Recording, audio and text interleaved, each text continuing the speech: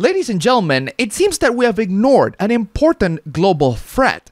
Cuteness. No, really, kawaii. This dumb article begins by talking about how cuteness was proposed by an Austrian zoologist who was apparently also a Nazi, or Nazi adjacent. So I guess a Nazi made the cute theory first. There's a segment where the writer becomes extremely judgmental towards Japanese people who love kawaii stuff and say they refuse to go up, just like the adults of the West. That turns them into mindless consumer drones. It can even turn violent as people get obsessed with cuteness. You know, just like any other hobbies. They also talk about the cute economy and how it's essential to consider the potential dangers of cute economy and the potential negative impact on our senses and emotions. Basically, cuteness is manipulative, dangerous, and capitalistic, and anyone who enjoys it needs to grow up and seek help or something. Nah, this article is dumb.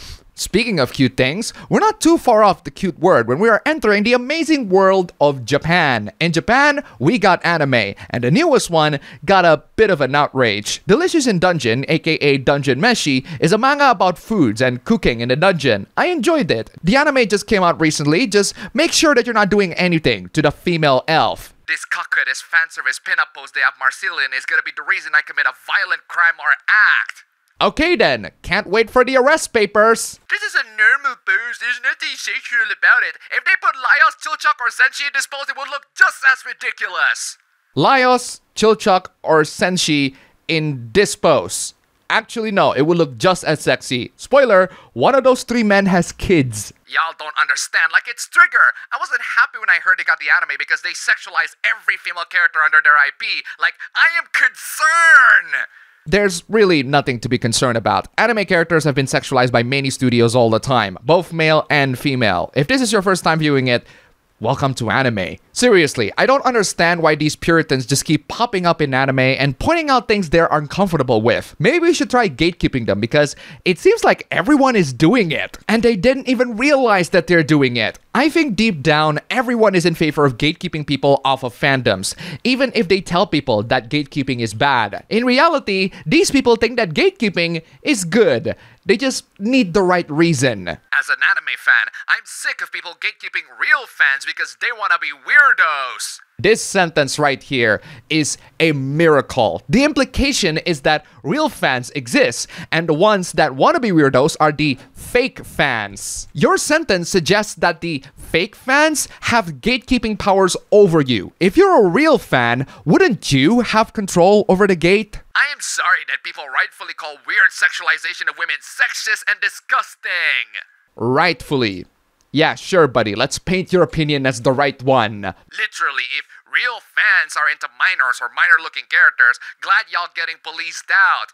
I don't know why you're still watching anime with those minor-looking characters, but hey, you do you. And those are the 3 anime hooplas for today. Before we get to the next hoopla, this video is brought to you by all these wonderful people. You guys are fantastic. If you want to see your names among these legends, then check out the links down below. Just $1, and you have supported this channel immensely. Seriously, thank you so much. And now, let's get to the next hoopla. The same old gatekeeping hoopla.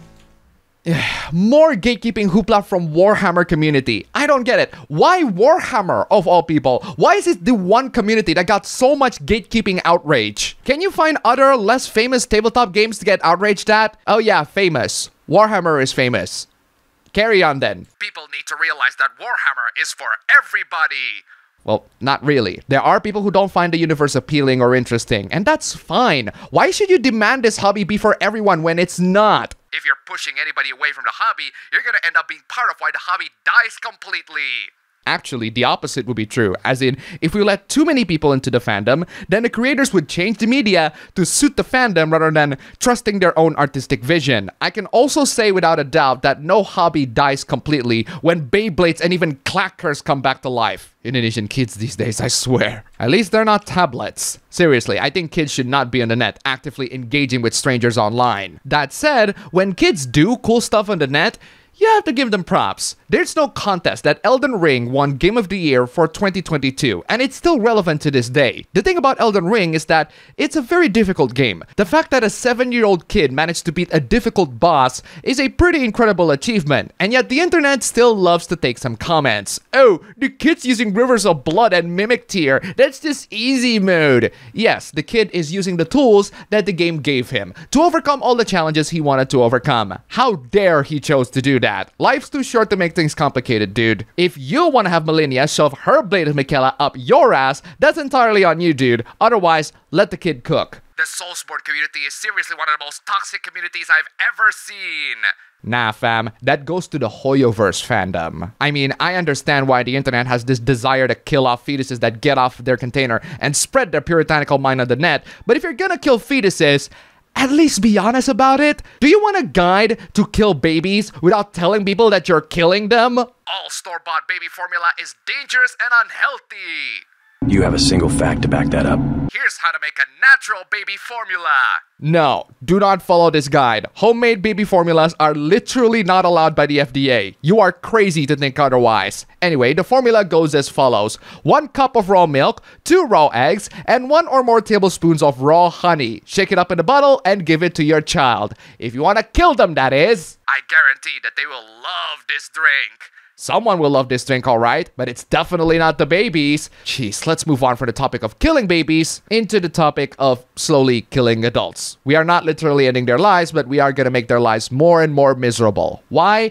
Because these adults sail the 7 seas. Pirates are not having a good day when dealing with corpos. Reddit apparently must share the IP addresses of piracy discussing users. That's basically the entirety of our piracy, and that's not gonna fly with anyone. What's really funny is that this whole hoopla exposes that the ISP Frontier didn't really care that users were pirating stuff. They did warn the users, but they didn't take any action on cutting the internet or anything. So yeah, the ISP is standing up with the pirates. Props to them at least. Good luck in court when your asses get sued. Another thing that's hilarious is that the Redditors didn't even talk about the movies that the companies own. Yeah, I don't get why these companies even bother hunting for small fries, but I guess they'll have to make examples out of them. Good luck, guys. And speaking of pirates, we have some unfortunate news that I would like to share with you all. This news concerns one of the most prominent players in the manga piracy world and their unfortunate demise. Man, I absolutely love Tachiyomi. It is an amazing app where I can read the manga that I want to read whenever I like, wherever I like. Unfortunately, Tachiyomi has to close its doors because of